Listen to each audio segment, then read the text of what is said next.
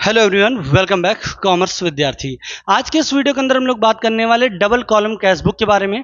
Double column cash book क्या होता है sir? Double column cash book के अंदर जहां पर हम कैश के साथ एक और ब्लॉक बनाने वाले हैं जिसका नाम होगा बैंक। ठीक है, डबल कॉलम कैश बुक बहुत आसान है। ठीक है, बहुत सारे लोगों को मैं देखता हूं डबल कॉलम कैश बुक के नाम से डर जाते हैं। अरे भैया, डबल कॉलम कैश बुक का एक मेजर और एक माइनर कंसेप्ट बोल सकते हैं जो हमको यूज करना है सर, वो हमारा है कॉन्ट्रा एंट्री। यहीं पर बच्चा गड़बड़ा जाता है। कॉन्ट्रा एंट्री बनती कहां है या किस ट्रांजैक्शन पे हमको कॉन्ट्रा एंट्री करनी है, बस बच्चा यहीं पर डरता है और बच्चे को डर किसी भी चीज का नहीं होता है।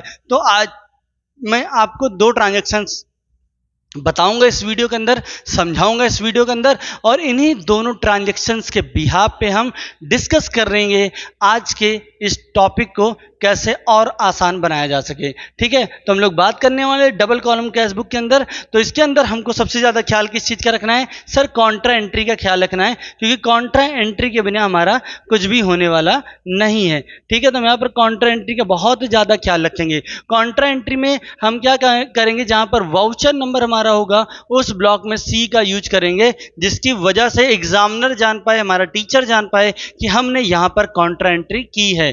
कॉन्ट्रा एंट्री सिर्फ दो जगह पर होती है सर। दो ट्रांजैक्शन ऐसे होते हैं जहां पर कॉन्ट्रा एंट्री होती है। दो ट्रांजैक्शन ऐसे होते हैं जहां पर कॉन्ट्रा एंट्री होती है। ठीक है, आइए जान लेते हैं वो दो एंट्रीज कौन सी हैं जिन पर हमको कॉन्ट्रा एंट्री का यूज करना है। वो दो ट्रांजैक्शन हमारे हैं कैश डिपॉजिट इनटू बैंक। क्या बोला है? Cash deposit into bank. आप कैश को डिपॉजिट कर रहे हैं कहां पर? बैंक में। तो बैंक इज अ रिसीवर। तो एंट्री क्या बनेगी आपकी? आपकी एंट्री बनेगी bank account debit to cash. Bank account debit to cash. ठीक है, तो हम यहां पर क्या हो, cash deposit to bank, bank is a receiver, receiver debit हो जाएगा। क्या गया? To cash. तो यहां पर पहली एंट्री बनेगी bank account debit to cash. अब यहां पर सर मैंने आपको बताया था कि जब कैश बुक होगा तो कैश को आप कट कर देंगे, जो बचेगा सिर्फ उसी को रिकॉर्ड करेंगे, जो प्रीवियस कंसेप्ट मैंने आपको बताया था। सेम चीज यहां पर भी करना है, बट जब भी कैश डिपॉजिट इनटू बैंक होगा तो वहां पर इसको नहीं फॉलो करेंगे, वहां पर हम इन दोनों को लिखने वाले हैं। बस क्या होगा, डेबिट को चेंज करके क्रेडिट की जगह पर रखेंगे और क्रेडिट को चेंज करके डेबिट की जगह पर रखेंगे। इसी कंसेप्ट को लेके चलेंगे, इसको नोट बना लीजिए, इसी को लेके चलेंगे। ठीक, दूसरी एंट्री हमारी है cash withdraw from bank. From bank पैसा कहां से निकाल लो? बैंक से। तो यहां पर क्या रिसीव होगा? कैश। तो एंट्री में क्या बनने वाला है sir? Cash account debit to bank. अब समझ में आया मुझे सर। अगर बैंक अकाउंट डेबिट कैश होगा तब भी कॉन्ट्रा एंट्री होगी, और जब कैश अकाउंट डेबिट बैंक होगा तब भी कॉन्ट्रा एंट्री होगी। दोनों टाइम पे कॉन्ट्रा एंट्री होगी। क्यों? क्योंकि यहां पर कैश डिपॉजिट करेंगे।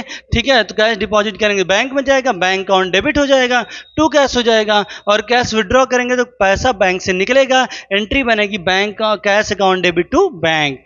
अब समझ में आ गया डबल कॉलम कैश बुक में।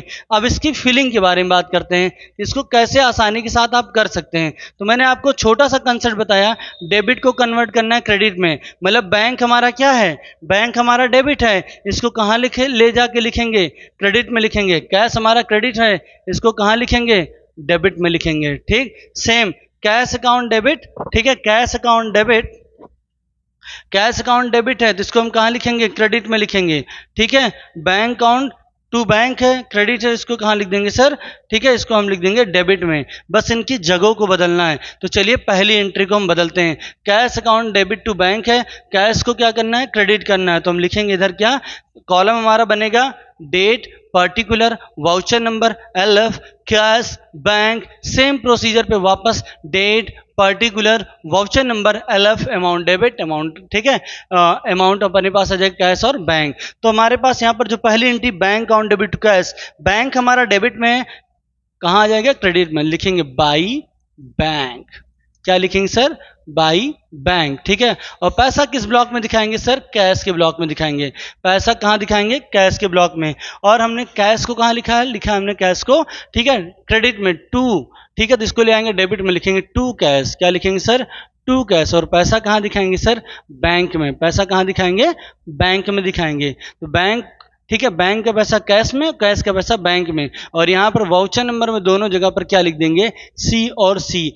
कॉन्ट्रा में क्या होता है, जगह बदलती है, कैश का पैसा बैंक में और बैंक का पैसा कैश में दिखाते हैं। ठीक, अब अगर दूसरी एंट्री बारे में बात कर लें, अगर कैश विड्रॉ फ्रॉम बैंक है तो cash account debit to bank है, तो कैश डेबिट में कहाँ चला जाए, क्रेडिट में, तो लिखेंगे हम यहाँ पर क्या लिखेंगे, बाई कैश लिखेंगे। क्या लिखेंगे सर, बाई कैश लिखेंगे और कॉन्ट्रा एंट्री दिखाएंगे और पैसा कहाँ दिखा देंगे, बैंक में दिखा देंगे। ठीक है, और यहाँ पर लिखेंगे सर टू बैंक, क्या लिखेंगे सर, टू बैंक, और पैसा कहाँ दिखा देंगे सर, पैसा दिखा देंगे कैश में। क्लियर, ठीक है, कैश का पैसा बैंक में, बैंक का पैसा कैश में, कैश का पैसा बैंक में, बैंक का पैसा कैश में। ठीक है, तो हम यही करने वाले हैं और कुछ करने की जरूरत नहीं है।